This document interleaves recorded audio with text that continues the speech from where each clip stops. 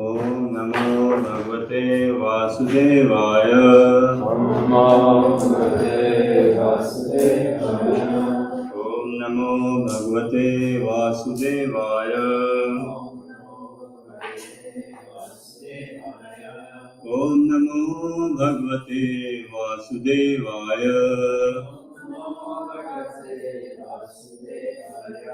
Narayanam Namaskritya Naram Chaiva Narottamam Devim Saraswatim Vyasam Tato Jayamudiraye Nastya Prayeshu Bhadreshu Nityam Bhagavata Sevaya Bhagavati Uttama Shloke Bhakti Bhavati Neshtiki. Before actually we go in the study of Srimad Bhagavatam, we read from Prabhupada or Everywhere Visha by His Holiness Satsarugdas Maharaj.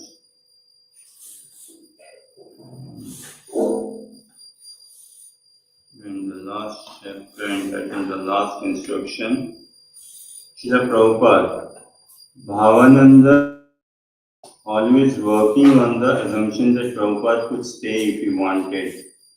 Your presence on this planet is the only thing that is keeping the onslaught of the Kali Yuga from really taking effect. We have no idea even what will happen if you leave. It is not in my hands, said Srila Prabhupada, with perfect clarity of consciousness. Krishna Balaram.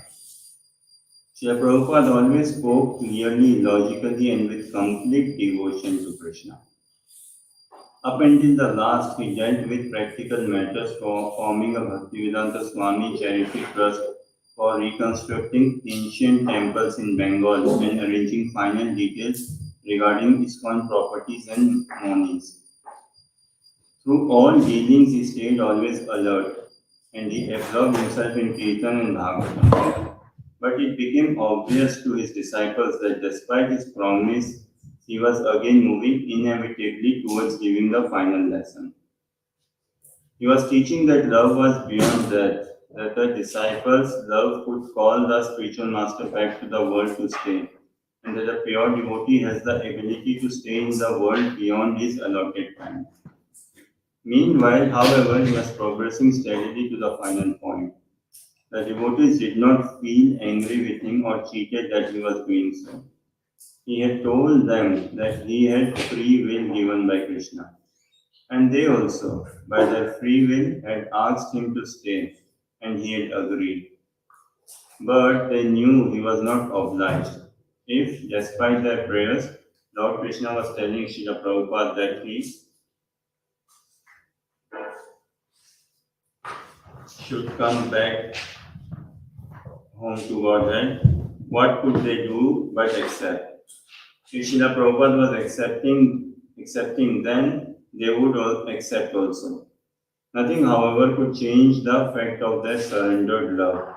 It had now become a solid fact that could not be vanquished by any material changes. They had passed the test of eternal loving service, and that could not be taken away by death. Srila Prabhupada ki.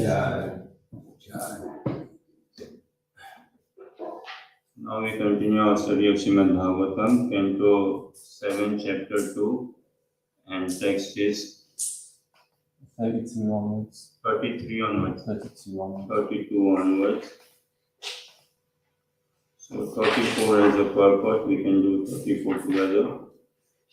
And just go through the English translation of 32 and 33. So this is chapter 2, chapter entitled Hiranyakashipu, King of the Demons.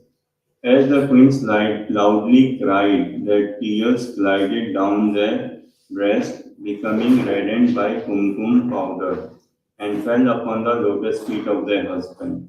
Their hair became disarrayed, their ornaments fell, and in a way that evoked sympathy from the hearts of others, the queen began lamenting their husband's death.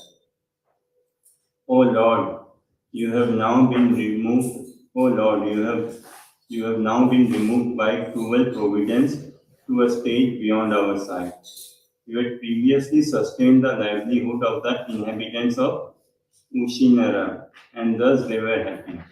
But your condition now is the cause of their unhappiness. Text 34 we can do together. Tvaya kritagena vayam mahipate.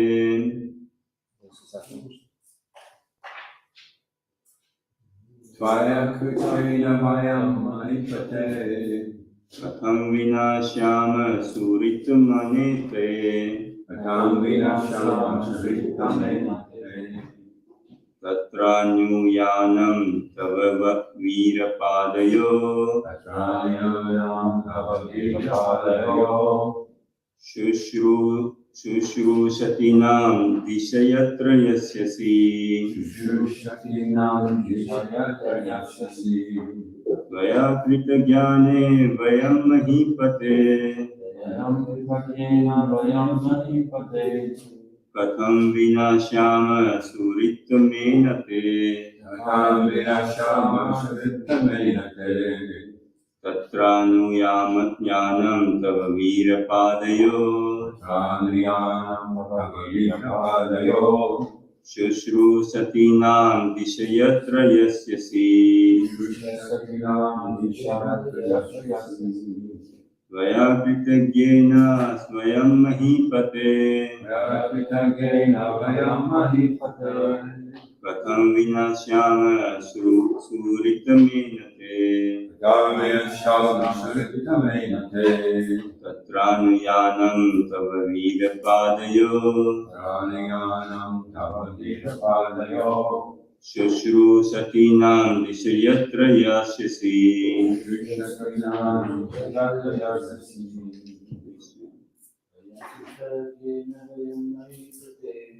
Tvaya kritagena vayam mahipate. Katham vinashyama suritamenate. Tatranyuyanam tava virapadayo. Shushrusatinam dishayatra yasyasi. Tvaya kritagena vayam mahipate. Tvaya kritagena vayam mahipate. Katham vinashyama suritamenate. Katham vinashyama suritamenate. Tatranyuyanam tava virapadayo. Tatranyuyanam tava virapadayo. Shushrusatinam dishayatra yasyasi. Shushrusatinam dishayatra yasyasi. Tvaya kritagena vayam mahipate. Tvaya kritagena vayam mahipate. Katham vinashyama suritamenate. Katham vinashyama suritamenate. Tatranyuyanam tava virapadayo. Tatranyuyanam tava virapadayo. Shushrusatinam dishayatra yasyasi. Shushrusatinam dishayatra yasyasi. Tvaya you kritagena a most grateful personality. Vayam we mahipate O king. Katham how. Vina without. Shyama such shall exist. Suritamena the best of our friends. Say of you. Tatra there. Anuyana the following. Tava of you. Veera O hero. Padayo of the lotus feet. Shushrusatinam of those engaging in the service. Disha please order. Yatra where. Yasyasi you will go. Translation purport by His Divine Grace Bhaktivedanta Swami Prabhupada ki Jai. O king, O hero, you were a very grateful husband and the most sincere friend of all of us. How shall we exist without you? O hero, wherever you are going, please direct us there, so that we may follow in your footsteps and engage again in your service. Let us go along with you. Purport. Formerly, a Kshatriya king was generally the husband of many wives, and after the death of the king, especially in the battlefield, all the queens would agree to accept Sahamarana, dying with the husband who was their life. When Pandu Maharaj, the father of the Pandavas, died, his two wives, namely the mother of Yudhishthir, Bhima and Arjun, and the mother of Nakul and Sahadev, were both ready to die in the fire with their husband. Later, after a compromise was arranged, Kunti stayed alive to care for the little children, and the other wife, Madri, was allowed to die with her husband. This system of Sahamarana continued in India even until the time of British rule, but later it was discouraged since the attitude of wives gradually changed with the advancement of Kali Yuga. Thus, the system of Sahamarana has practically been abolished. Nevertheless, within the past 50 years, I have seen the wife of a medical practitioner voluntarily accept death immediately when her husband died. Both the husband and wife were taken in procession in the mourning cart. Such intense love of a chaste wife for a husband is a special case.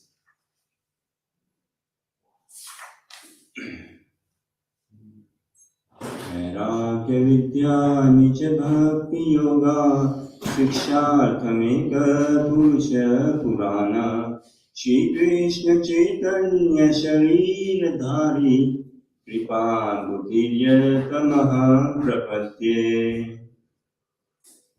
मुखं करोति वाचालं पंगुलंघयते गिरियति वन्दे श्रीगुरुदेवतारम् वाञ्छकल्पतरुभ्यश्च कृपा सिन्धुभ्यैव च पतितानां पावनेभ्यो वैष्णवेभ्यो नमो नमः।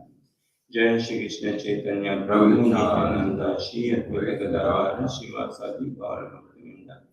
हरे Krishna Krishna Krishna Hare Hare Hare Ram Ram Ram Hare Hare. Hare Krishna. You can check if you need the audio device from your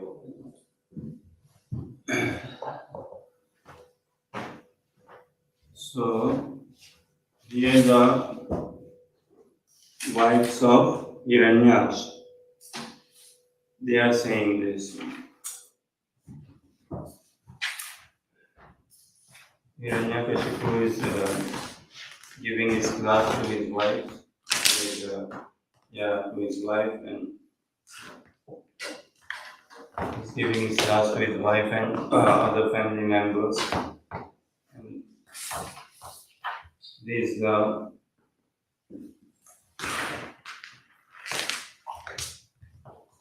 wives of Hiranyakashipu.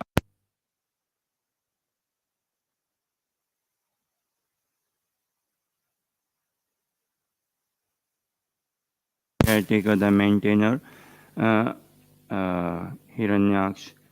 And we'll see furthermore, history will repeat itself.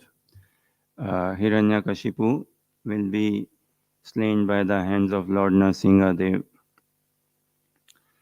One thing for everyone to watch out to follow is protect one's association. This is what intelligence is given for, to protect one's intelligence, to safeguard oneself. Who do we spend our time with? Who do we associate with? Whose company do we live in? What are we listening, hearing, eating, and further on? We see in Mahabharata, Karna, he was so skillful, very talented, very skillful. If at all anyone had the might in that war to have a kind of a real battle with Arjuna or to withstand Arjuna, it was Karna. Bhishma Pitama, of course, Bhishma Pitama, stalwart, Dronacharya, stalwart, none could be beaten, none could be taken off. And Karna, tremendously powerful, tremendously skillful. But that is the thing, na, Mare Krishna Rakhe Krishna Mare ke. One who is favored by Krishna, no one can do anything wrong of him or her. And this is the entire process of Bhakti Krishna consciousness, to attract the favor, to attract the loving mercy, to attract that loving glance of Krishna. as they say, na, what? Not a grass of blade moves without the will. Blade of grass. Okay. Just checking. So far we are attentive. Not a blade of grass moves without the will of the Lord. Mm. So nothing happens without the sanction of Krishna. And such an irony, like in uh, born and raised in India, used to hear amongst family members and all, and even now I think that okay, we have tried all ends, and now okay, now leave it to God. Now God will decide, or whatever God has planned is going to take place. Okay, fine, we leave it on God. We have done. So I struggle to understand. Well, now if God can still be in control and have complete ownership and can change any course of the situation, then, well, on day one also, God could have changed the course of the situation and was still in complete ownership, right? So, why didn't I surrender itself to God on day one? What's the point of prolonging it to such end and then saying, okay, now, well, we have tried everything from our side, and now let us leave it to God and God will decide the fate. This is the difference between the demons and the devotees. Devotees are God centered or God sheltered, and demons, they try to exploit, they try to use everything possible under the sky and to defy the existence of God, or to defy the obedience of God, or to defy the loyalty towards God, and fulfill their own agenda, bring about their own thing. As we were reading previously, Hiranyakashipu, look how manipulative. On one side, uh, not a straight direct talk, no, very very diplomatic, very manipulative. On one side he is assembling his soldiers, his ministers and other people, and he's pumping them, and he's what inciting them to hatred towards Lord Vishnu, and he's pumping them, go in the cities, villages, destroy the places, make sure that cows are kind of killed or butchered, and destroy the any fire sacrifice or anything that is happening, and create havoc. Hmm? And on another side, to his nephews and sons and wives and other family members, he's giving them words of wisdom. Oh, this material world is temporary, body is temporary, soul is permanent, eternal, and all. There's no need to cry, and all of these things. So very manipulative and checking who to tell what, so that ultimately what is my hidden desire or what is my agenda gets fulfilled, and who to tell what. Not talking a straight talk or the real thing to everyone as such. And devotees, unlike when wherever they are, whatever they are, they bring about Krishna consciousness. And even if yes, diplomacy, there is scope for diplomacy, say in Krishna consciousness. How do we see uh, Vasudev? Huh? Devaki's husband Vasudev. He was anyway such a good king, loyal, moral king, truthful, pious king, and diplomat, very nice diplomat. And when he was married to Devaki, so and he was going home with his wife, and at that time, this word in the sky came about, the sound in the sky, Akashvani came about. And what was the prophecy? The prophecy was that it was to Kamsa, directed to Kamsa, so the brother of Devaki who was there, that the very sister whom you are getting married, whom you have got married, that very sister's eighth son is going to come and kill you. Hmm? And that is the very sister with whom you have made sit in the chariot with your sister-in-law, with your brother-in-law. You made him sit in the chariot, and you are taking them to the palace. But to let you know in advance, it is this your sister's eighth child going to come and kill you. So this was the prophecy. And when Kamsa heard this, all morality and everything vanished altogether. All love and care for his sister. And before this, he was showing so much of love, care, and emotion for his sister. And when Kamsa heard this, straight away he took his sword out and he was going to chop the head of his sister then and there. But Vasudev came in. He stopped. He intervened, and he spoke. He spoke. all ways of dialogue. He spoke very peacefully, very gently, and telling him about the science of the soul, about the law of karma and the will of providence. Hmm. And then telling, further, diplomatically and all. And finally, what he promised? He promised to Kamsa that your fear is from whom? Your fear is from the eighth son of Devaki, right? Your fear is not from me or from Devaki. Like, if your fear is not from your sister or myself, it is from your sister's child. So I give you the promise that not only the eighth son, all the sons, all the children which are born from us, we will give it to you. The first, the second, the third, the fourth, and all, and you do as you like. We will hand over all the children. Day they are born, the very same day, we will hand it over to you, the child to you, and you can use. And Kamsa, he was solaced, he found peace, he found resolve. He knew that, okay, Vasudev, he's a gentle person, moral, pious person, he's truthful. Yeah? So he agreed, okay, fine.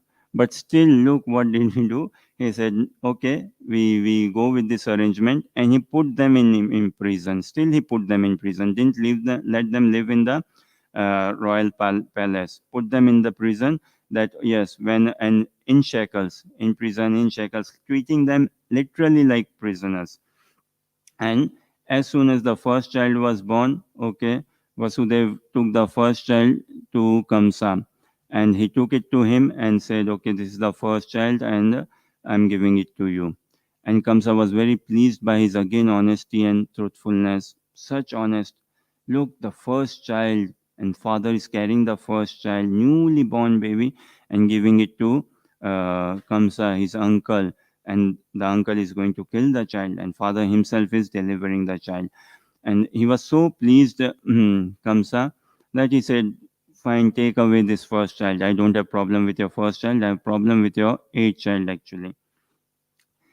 But again, say by the will of providence, Kamsa's head again spun around, and he said, no, no, I don't want to take any chances, I don't want to take any risk. He again took the first child from the hand of Vasudev, and what does he do?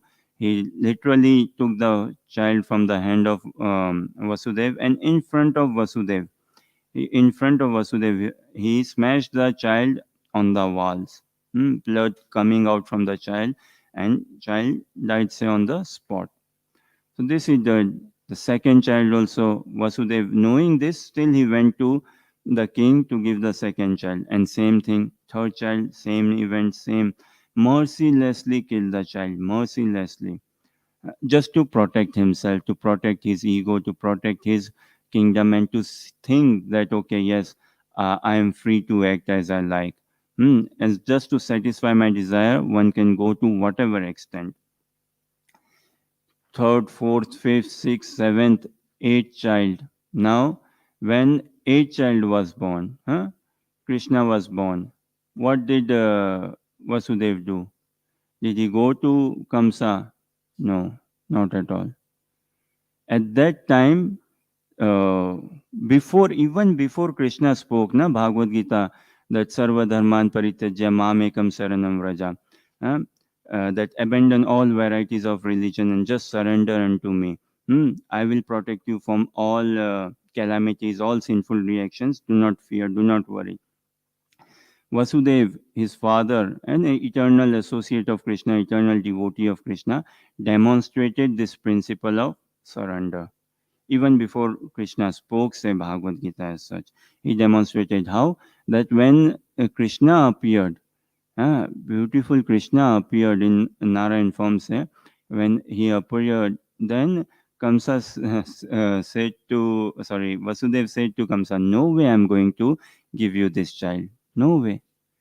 And he took the child. He took the child to Gokul. And he did not take the child to Kamsa at all. So the point being, a devotee, yes, fine, to protect the will of Krishna, to protect the desire of Krishna, to bring joy to Krishna, to protect to Krishna, do hell with morality.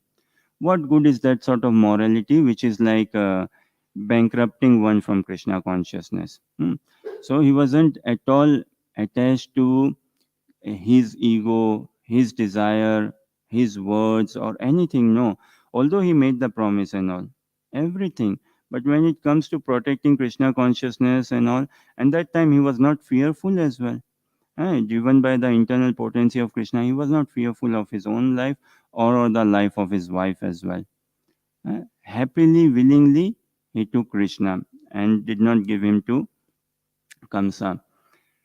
So, such is devotional service, such is devotion, and intelligence has to be applied in practicing Krishna consciousness. Hmm. It's not that we keep our mind and intelligence away, no. Rather, it is the spiritual intelligence, the spiritual mind, the spiritual intelligence has to be applied all together to understand the facets of Krishna consciousness, the principles of Krishna consciousness. And only then we will find newer and newer joy and relish in the practice of Krishna consciousness. So we see here Hiranyakashipu, Hiranyaksh, the wives and family members heavily driven by uh, false ego altogether. And the company they were residing in and all, uh, they could have abandoned that company or protected their Krishna consciousness. Even though living in the kingdom, like we'll see further, Prahlad Maharaj, even though living in the kingdom of his father, who is his father? The king of the demons. Still, he protected his intelligence by far, by having firm faith in the words of a sadhu, by having firm faith, conviction in the instruction of his spiritual master. He was safeguarded altogether and he protected himself. Hmm. Otherwise, we see demons heavily driven by egoistic desire altogether. So, what when Shishikorantai Mayapur Sashi ki jai.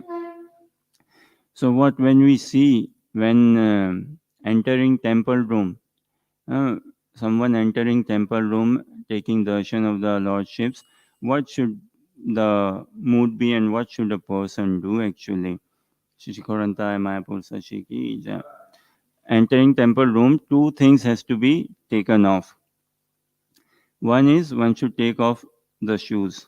One should take off the shoes, and if possible, one can assemble the shoes nicely on the shoe rack, not let them scattered here there. So one should take off the shoes. Another thing is one should take off one's ego. One should take off one's egoistic desire, thought, and all, and egoistic pride altogether, if one can, or to whatever extent one can, and then come into the temple room and chant and take darshan of deities. And when one leaves the temple room, he should put on the shoes, but not again go back to that old self or carry that ego with himself. This ego has to be dropped altogether. Uh, this material, tainted ego altogether, and one has to come to his real personality, real identity, who he is, who he is, and whose is he. That has to be understood altogether.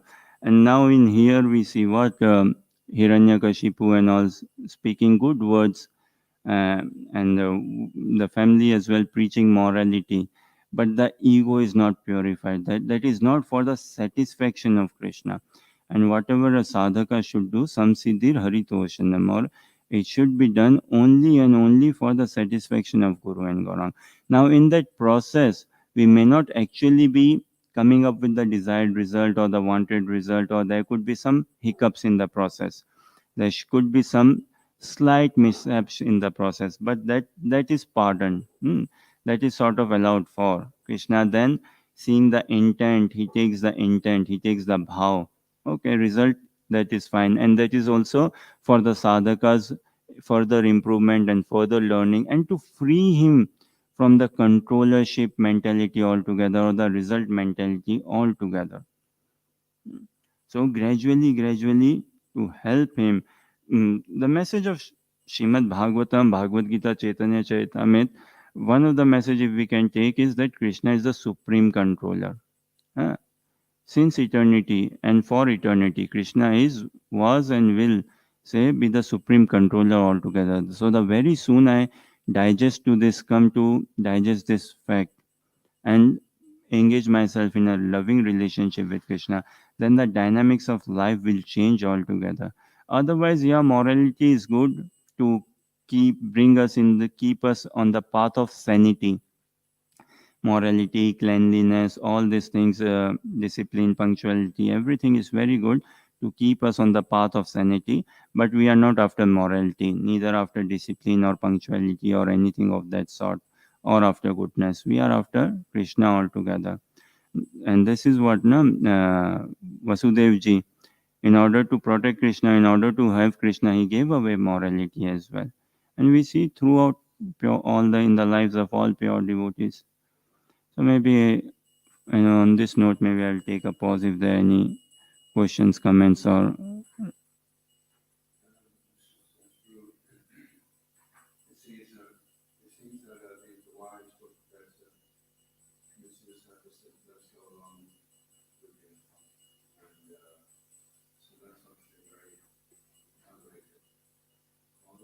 mm,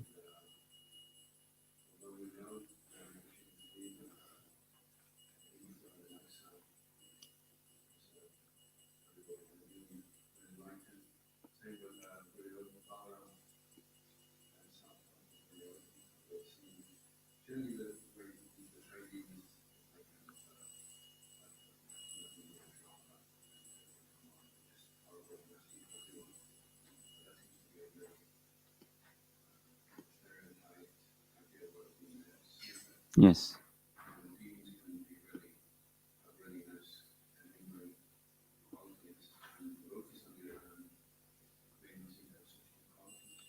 true.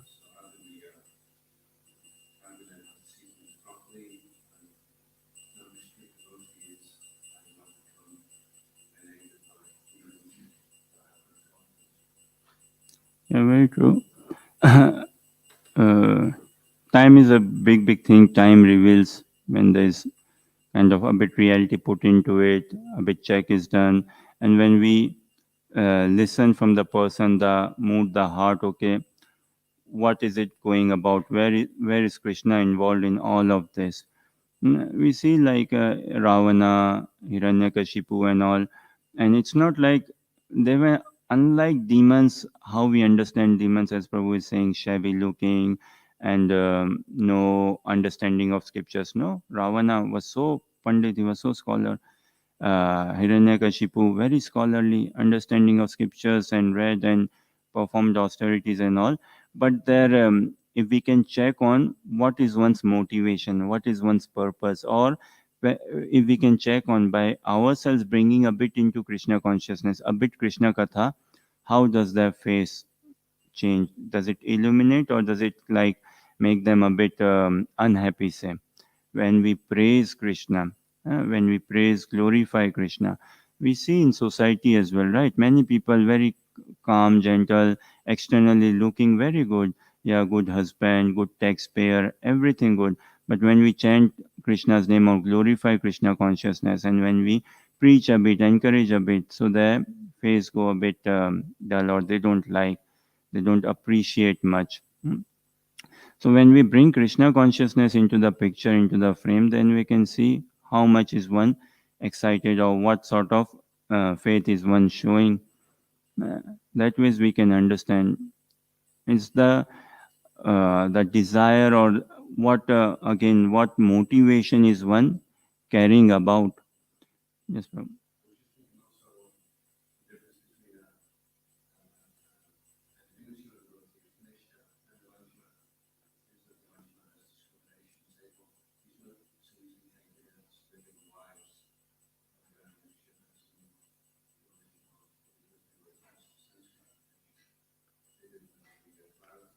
Yes.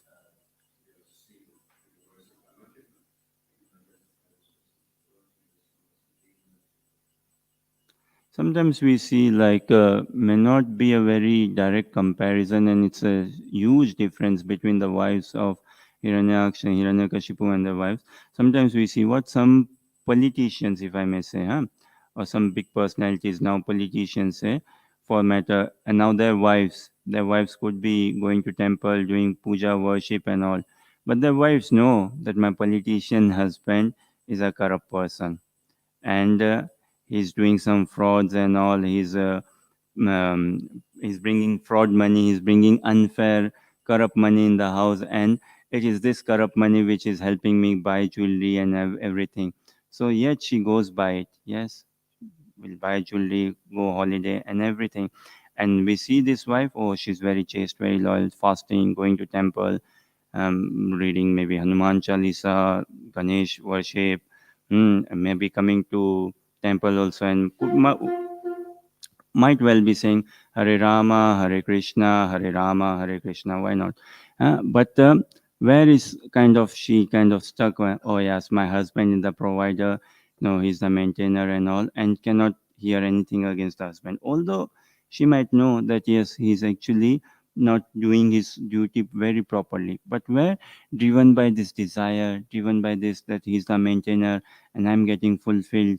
Is he not looking after me? Is he not giving job to many people? Is he not looking for others people and all? So when one is very much in sense enjoyment and essentially deluded or deluded by the reality of life, and if one for himself or herself also doesn't want to see, then no one can help. Then no one can help. So we see like these wives and all living in such heavenly planets, and Hiranyakashipu, everything provided for them. So at that time, to sustain Krishna consciousness, very difficult unless you have a desire from inside, and unless you take some strong association, or if there is some strong association. Association could also be there, but a bit of willingness is also required from inside. And easily one can get dissuaded or carried away in life. So this Bhogeshwarya Prasaktanam, very much heavily attached to Bhogeshwarya, all these things that one's mind gets distracted, and seemingly, apparently, externally, and even yes, they are performing religious activities, maybe doing all sorts of worship and whatnot, but still, now utpadayate yati ratim, or there is no change of heart, there is no transformation of heart. We see Kamsa also speaking good words, he also spoke good words to his advisors, Hiranyakashipu, but yet there's no change of heart, no change of heart, no penetration. Even speaking the science of soul and providence, they don't go this far telling Krishna. No, they don't go ever this far calling out the holy name of Krishna. They limit themselves to providence. Well, the providence, the universe, the Almighty, the higher being, but they won't specifically say Krishna. And they will bring about some morality and all, but what good is that morality? Where does it one lead to? Such sort of morality ultimately will lead one to 6 feet of land only, as in fire, consumed by fire or earth or anything. And that doesn't mean that a devotee's body also doesn't go get the same treatment. A devotee's body also will be actually attaining, say, 6 feet land, consumed by fire, water, or maybe some animals. Dhruva Maharaj also had to leave his body, but for Dhruva Maharaj, what Yamraj came and said, kindly sir, leave your body. I bow down, and he put his feet on Yamraj's back and went to Vaikuntha. So for a sadhaka, he's not like giving up his body as such, or rather, body everyone has to give up.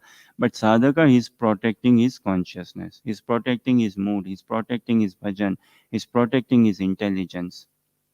Externally, yes, the body is there to be given up only. So this attachment towards body, sadhaka is no shouldn't be any attached towards the body, and whatever the package comes with the body. Yes, bro.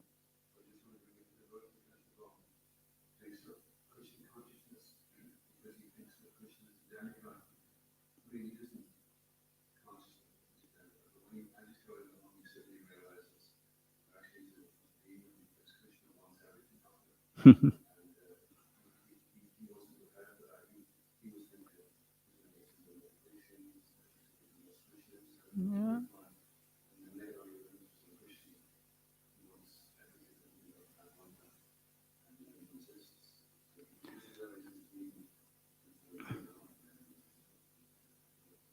Uh, yeah, sure, maybe. Why not, sir? So see, if we see now, so much of intrigue. What? Akama sarva kama va moksha kama udaradi tivrena bhakti yogena yajate purusham param. Very, uh, again, a very good sloka in Bhagavatam to recruit someone into Krishna consciousness. Very motivating, no? To recruit someone. Oh, you have back problem? Don't worry. Chant Hare Krishna. Uh, Financial crisis, don't worry. Oh, you want liberation? Come on, chant Hare Krishna now. So very recruiting sloka for someone to get into Krishna consciousness. But a sadhaka who practices Krishna consciousness, if he's taking the association of devotees, of Vaishnavas, whose life and soul is Krishna, whose life and soul is centered to Krishna, to the source is Krishna. Like Prabhupada says, na, a Vaishnava, we listen from a Vaishnava, that same milk, but it will be like poisoned altogether. So a sadhaka, although he wants all worldly pleasure, he wants not one, many girlfriends, maybe, whatever he wants. Okay, come into Krishna consciousness. But because he's associating with devotees, there will be purification of heart. So this is a good shloka, a good mantra for someone to lure into Krishna consciousness, of course. And then what Mahaprabhu says, Chaitanya Chaitamrit, what do we see? Krishna kahe ama bhaje mange vishay sukha vishay chhadi amrit mangi ei bado murkha. Eh, that Mahaprabhu Krishna in Krishna form saying what? He's worshipping me, he's chanting my names. But what is he asking for? Material sense enjoyment. Such a fool. Such a fool. Chanting my names and asking for material sense enjoyment. আমি বিজ্ঞে এই মূর্খে বিশ্বে কেন দিব স্বচরণামৃত দিয়া বিশ্বে ভুলাইব. I am intelligent. Why will I give this fool material sense enjoyment? He's chanting my name. I am intelligent. I will give him the nectar of worshipping, of devotional service, nectar of my lotus feet. And by tasting that nectar, that higher taste, he will give up all the lower taste. So we can never, as such, expect someone coming into Krishna consciousness. We can never expect a pure person to come and practice Krishna consciousness. Impossible. Doesn't matter, a person could be born in the holy land of India, could well since birth be following the four regulative principles, but every one of us carry a colorful life, a colorful past and all. So it's not like, okay, a pure person, first I become pure and then I practice Krishna consciousness. Point being, whatever purity we are carrying, may be good or more or less, whatever purity, when we practice Krishna consciousness in good association, then the vision has to be more and more, more and more, more and more refined, more and more evolving. So if we protect our association, if we watch out our association, does this somewhat answer your question? This is the power of Krishna consciousness. No force in this world can check the flow of Krishna consciousness. No force in this world can check the mission of Mahaprabhu. Whatever the desire of Mahaprabhu is going to happen. So there is no force which can check. Doesn't matter, I may be carrying whatever desire, thinking Krishna may be to be a demigod and then turning out and all. Once I take into Krishna consciousness, the purification of the nectar will be so sublime, one would want to give up. Like a bit jokingly we say, and one can watch out if there is truth in it. Before coming into Krishna consciousness, generally a boy, a man, he's like chasing after women, right? He wants one girlfriend or multiple girlfriends, maybe same time, or okay, move on and all.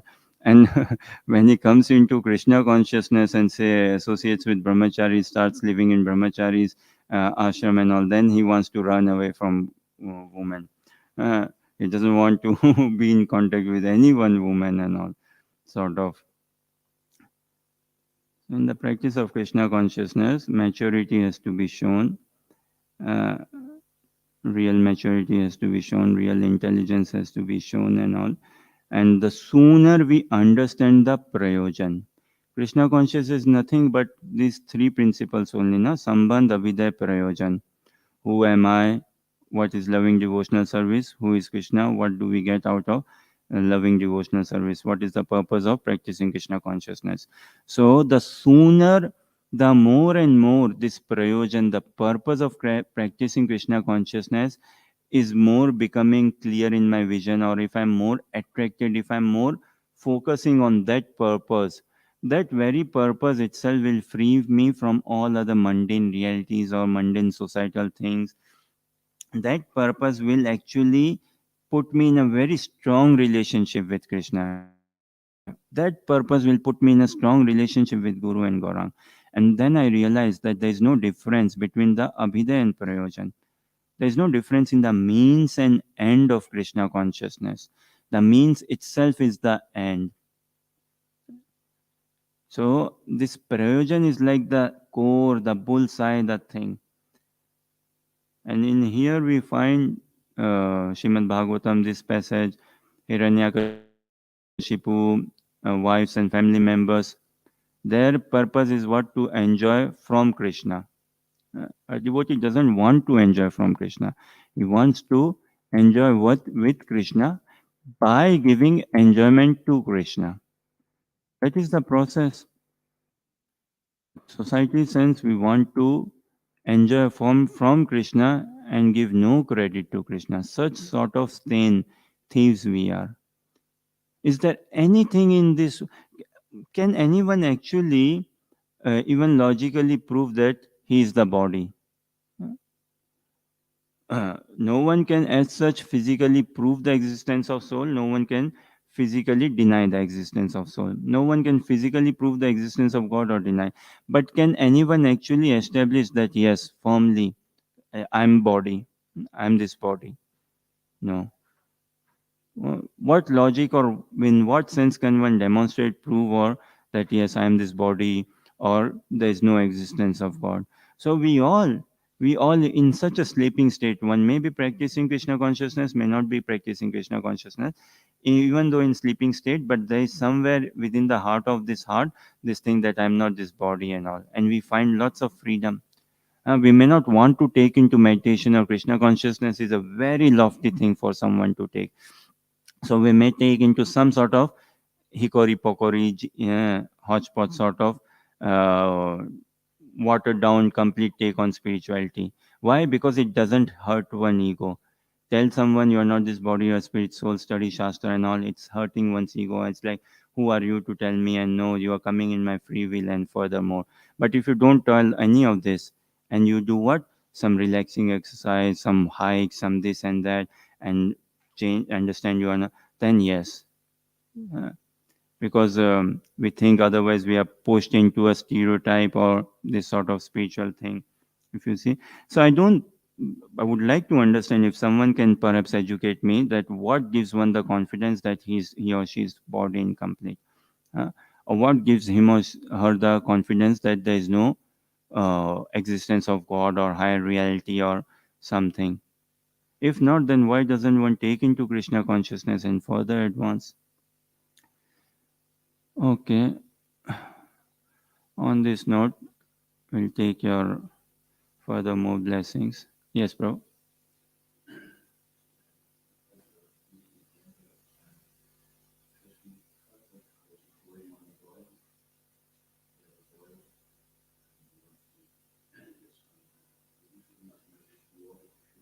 Yes.